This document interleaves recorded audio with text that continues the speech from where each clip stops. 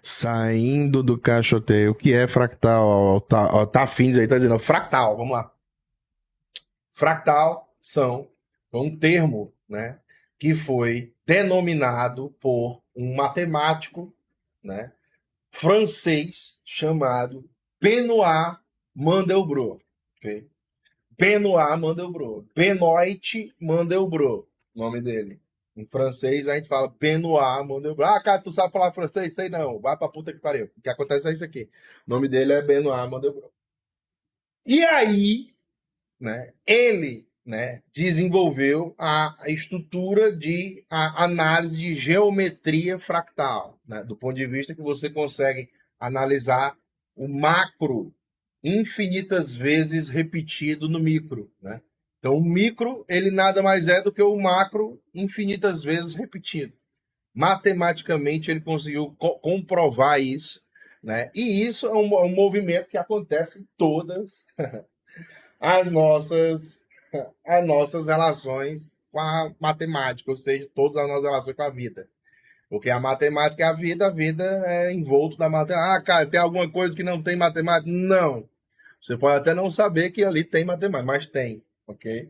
Então você está ali na movimentação da massa, você tem que estudar sobre fractais. E como é que nós analisamos o movimento dos preços com os fractais? Você repete em alguns padrões calculados em Fibonacci, como a gente utiliza aqui, por exemplo, né, para você identificar pontos, né, que, né, podem ser analisados como, né, regiões fractais importantes para movimentações de preço em mercados voláteis.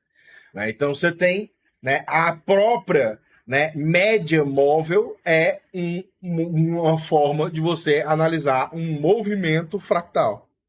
Por quê?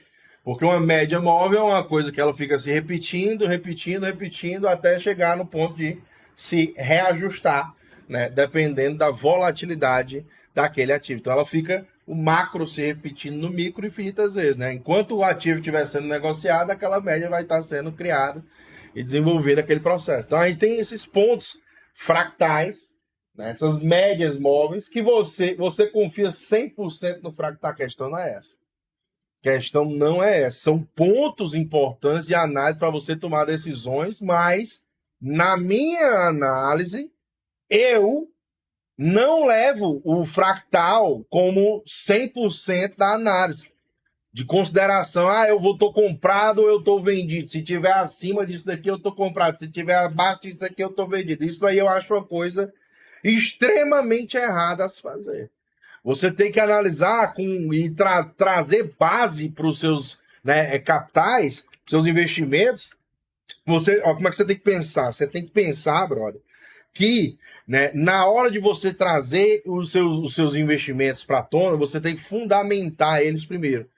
A análise de gráfico serve também para você somar na sua fundamentação de tese de investimento naquele ativo. Então, se você tem uma tese, você vai, constrói uma tese fundamentalista.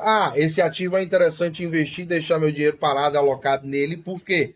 Porque ali, né, tem um potencial interessante. Tem um potencial interessante. Então, primeira coisa, identificar os fundamentos do ativo que você quer investir. Fundamentos são interessantes? Top! Vamos analisar lá a movimentação de preços fractais, vamos analisar aonde eles estão no curto, no médio e no longo prazo comparado ao preço.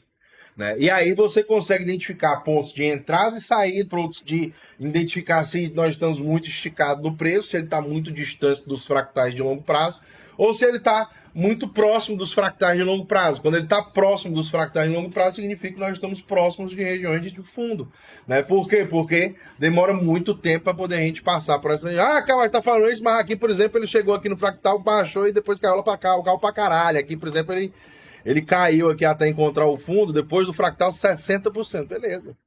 Certo? Só que depois o que acontece? Ele recupera, acha o fundo, volta acima do fractal de longo prazo e nós estamos no começo de uma tendência de alta, onde que esse fractal agora ele está, né, apontando para cima. Né? Então esse é um de longo prazo. É importante que vocês entendam esses movimentos. Né? Eu sei que o gráfico ele não pode ter um peso na hora de você estruturar, né, a sua posição. Eu vou colocar a tela, pera, eu vou colocar já a tela, tem calma. Só falando aqui para vocês, daqui a pouco eu vou explicar no gráfico. O gráfico em si, ele não pode ter um peso, né, referente à sua posição, né, majoritária. O que é que eu quero dizer isso aí? Você não pode ficar sendo balizado nos mercados voláteis 100% por análise de gráfico. A análise de gráfico tem que pesar na sua contabilidade ali, na sua forma de estruturar a sua tese, cerca de 10%, 5%. É ali você toma decisões interessantes na hora de você identificar pontos de entrada interessantes e pontos de saída interessantes. Caso você faça esse tipo de movimentação. No meu caso, eu só procuro pontos de entrada. Então, eu estou me expondo para daqui a 10 anos, 15 anos nesse mercado. E quando você faz esse tipo de coisa, você não fica olhando os gráficos, não para você pensar no ponto que você vai vender, o ponto que você vai sair, tá ligado? Na realidade, pensando na próxima forma de você encontrar um ponto de entrar. Para você sair um pouco mais da Matrix e entrar um pouco mais para Zion, sair um pouco mais do sistema monetário fiduciário tratado por governos e entrar mais no sistema cripto centralizado que dá a liberdade para as pessoas que utilizam.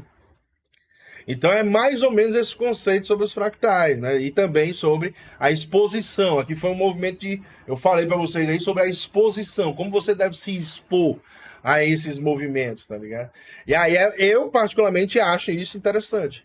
Então, não é porque eu acho interessante que você também deve achar. Você deve fazer as suas ponderações e pensar no que é que você acha que deve ser melhor para você, entendeu? Agora, no momento atual, nós temos uma movimentação muito significativa, onde que o Ethereum voltou acima dessa média de 200 períodos, nosso fractal de 200 períodos. 200 períodos significa o quê? Qual é o gráfico que você está acompanhando? É diário? É semanal? É mensal? Sei lá. Qual é o gráfico que você está acompanhando? 1 hora, 10 minutos, 1 minuto? Eu sou gala seca, eu fico ali no 32 segundos. Porra, aí é muita onda, entendeu? Só que o que acontece é o seguinte, você tem a possibilidade de, né, analisar os fractais com qualquer tempo gráfico. Então, se você coloca um fractal de 200 períodos no gráfico de, 1 hora, vão ser a média de 200 horas. Se você coloca um fractal de 200 períodos numa média, num gráfico diário, vai ser a média dos últimos 200 dias. A média dos últimos 200 meses, caso seja no mensal ou semanal. Então é interessante que você pense dessa maneira também para entender esse movimento. E dá para você utilizar de diversas formas.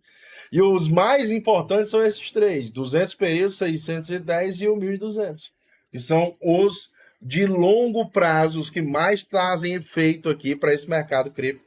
E o que tem trazido assim bastante pontos interessantes para a gente estar especulando em movimentos de recuperação. Então agora no curto prazo, né, o Ethereum cotado em Bitcoin está aqui em cima do nosso fractal, novamente 200 períodos, pelo terceiro dia consecutivo, né? Bateu no domingo lá, a segunda manteve e hoje está extrapolando o cabeção, né? Passando aqui da casa dos 7% novamente, né? Para você fazer o processo de... Não, exatamente, falei para vocês. Geralmente esse tipo de pessoa ela só faz o processo na hora que o pau canta, né? Então, tá torando o cacete lá, o cara vai, né? Quer saber de meter marcha. Então é mais ou menos esse tipo de processo aí. E a gente segue.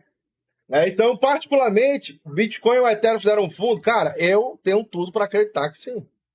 Se não vier um fator exógeno, né, ao mercado, uma coisa de fora do mercado que impacte o nosso mercado, uma busca de liquidez, seja por qualquer motivo que for, aí nós estamos falando de outra coisa. Mas até agora, no momento atual, tudo indica que nós já fizemos o fundo nos $17.600. E aqui tem um gráfico mais interessante que corrobora com isso. Vocês lembram que a gente estava fazendo essa análise aqui? Eu quero saber de vocês aí no chat. Quem de vocês lembra que nós estávamos fazendo uma análise aqui desse gráfico, que é o gráfico do do DXY, né, que é o gráfico do dólar. Né? Então é bem interessante vocês entenderem esse gráfico. A gente vinha dizendo que ele estava fazendo um movimento parabólico. Vinha ou não vinha dizendo que ele estava fazendo um movimento parabólico? Fala comigo, deixa aquele fogo bonito no chat aí. Olha, ó, voltar a sorrir. Vamos voltar a sorrir, vamos voltar a sorrir, compadre. E olha o que é que está acontecendo com a doleteira do mal, compadre. Vocês lembram que nós estamos falando do movimento parabólico? Olha que coisa linda. Olha que parábola linda sendo quebrada, mas olha que coisa linda que está acontecendo agora no curto prazo. Essa parábola linda sendo quebrada. Ontem ela tentou segurar na linha, fechou abaixo e agora tá, porra, bombando. Puta que pariu, o microfone voou. Então é interessante que vocês vejam isso, porque agora tá dando aquele pauladão para baixo. E aqui, meu amigo, aqui é movimento cabritinha dela meio. Aqui é movimento cabritinha dela meio, ok? E o que é que isso quer dizer? Quer dizer que o dólar está perdendo a sua força. E quando o dólar perde a sua força, né, nós temos movimentações interessantes dela meio para o mercadante cripto não à toa. Estamos tendo aqui uma baita de uma recuperaçãozinha agora no curto prazo, e até novamente próximo dos $1.400. Eu pergunto a você, comprou no 1.200, comprou no 800 ou ficou olhando estatalado, ai meu Deus, Caio, agora Ethereum é $400. Quem te diz isso, mano? Pelo amor de Deus, não cai nesse conto do vigário. Match, que já está se aproximando de $1 novamente. Nós temos Chainlink na casa dos $7 novamente. E eu dizendo para vocês, mete a tal da marcha, filhotão de baleia. Aqui nós temos aqui, ó, Apecoin voltando para cima dos 4,50. Note que é importante a gente estar falando sobre isso novamente, meus amigos. Esses ativos, eles são ativos interessantes no mercado de MX. Na casa dos $36 aí, quem sabe tem uma assimetria interessante. Nós estamos falando aí de, né, vários ativos do mundo de DeFi que tem, né, um movimento interessante para poder estar se fazendo. $400 é meu ovo. Ok? Quem ficou esperando o Ethereum aí a $400 é meu ovo. Vai pagar caro. A Mônica disse que vai comprar de novo quando chegar nos 3K. Exatamente. Então ela está esperando fazer o quê? Comprar na alta e vender na baixa. Mônica, você está de parabéns, estamos juntos, vamos que vamos. Né? Então é bem interessante isso daí que você está querendo fazer. Né? Você vai repetir 3 vezes, vai quebrar. Né? Então é bem interessante, né, seguir as análises da Mônica aí também. Tô brincando, a Mônica é parceira aqui do canal, braba pra caralho, desenvolve um movimento de acompanhamento de lives como ninguém. Né? Então é bem interessante a gente entender esse conceito.